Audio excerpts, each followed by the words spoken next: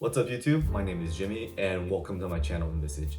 In today's lesson, we will discuss the difference between gram-positive bacteria and gram-negative bacteria, followed by risk factors that may cause an increase in the MRSA infection, as well as the clinical manifestation associated with MRSA infection, as well as with all the acronym for the antibiotics that have MRSA coverage. We will actually extrapolate all the different MRSA antibiotic coverage from the acronym indication of vancomycin. MRSA, or methicillin-resistant Staphylococcus aureus, is a gram-positive bacteria. The gram-positive bacteria have a thicker cell wall compared to the gram-negative, and this cell wall is known as the peptoglycan. When stained with the crystal violet, the cell wall maintains its color due to its thickness. And because of the cell wall's permeability to allow the crystal violet dye to seep through the cell wall, when washed away with ethanol, it will actually still maintain the purple color.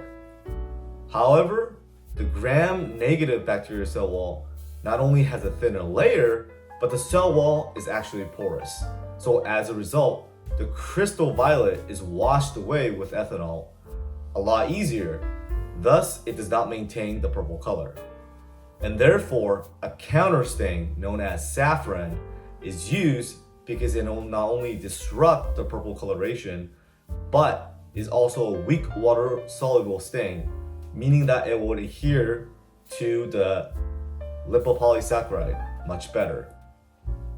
So when stained with the saffron, the gram-negative bacteria appears to be pink. Teichoic acid as well as lipoteichoic acids are present in the gram-positive bacteria, which provides a framework for the gram-positive cell as well as physiological properties such as attracting calcium and potassium. Unlike the gram-positive bacteria, gram-negative bacteria contains lipopolysaccharides on the outer membrane. Lipopolysaccharides are made up of lipids as well as sugar molecule, which can potentially trigger an immune reaction. But lipopolysaccharide is an integral structure component for the gram-negative bacteria, as it also provides a defense mechanism to prevent the cell from being attacked. To properly dictate which antibiotic may be an effective option for the treatment of any infection, the culture and sensitivity should always be utilized. So the culture and sensitivity will show the different types of antibiotic that have an effect on the particular strain of bacteria, in terms of either susceptibility for S, I for intermediate, or R for resistance. The culture and sensitivity will also provide the MIC for each antibiotic. MIC is the minimum inhibitory concentration and is a dilution series to measure the amount of concentration where there is no visible growth of the bacteria via in vitro. Please note the MIC is not a comparator across the different antibiotics, and the different strains of bacteria will also exhibit different MIC breakpoints or cutoffs.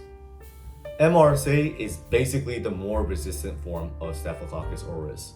Through antibiotic resistance, MRSA infections have become more prevalent. There are two types of MRSA: community-acquired as well as hospital-acquired MRSA.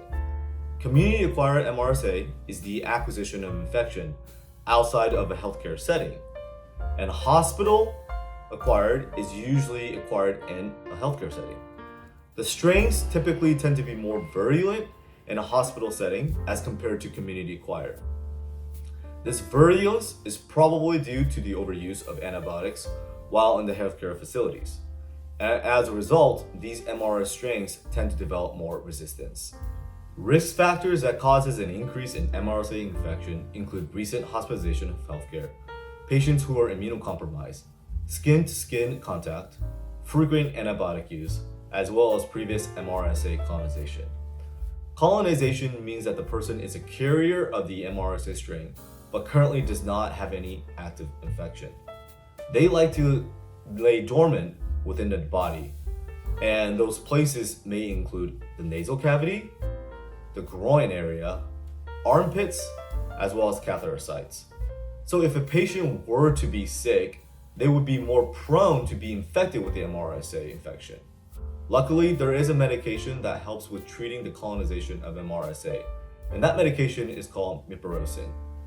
Finally, we will explore the clinical manifestation of MRSA infection through the vancomycin's acronym indication of targeting trough levels. Vancomycin is one of the many medications that is used to treat MRSA. Vancomycin is a polypeptide that is time dependent. Time dependent means that the medication has to be kept at a certain concentration, or MIC, over a certain period of time. There are a total of 5 indications that must meet a higher trough level of 15 to 20 micrograms per milliliter. The acronym for those 5 indications spells out POEMS. P for pneumonia, O for osteomyelitis, E for endocarditis, M for meningitis, and finally, S stands for sepsis.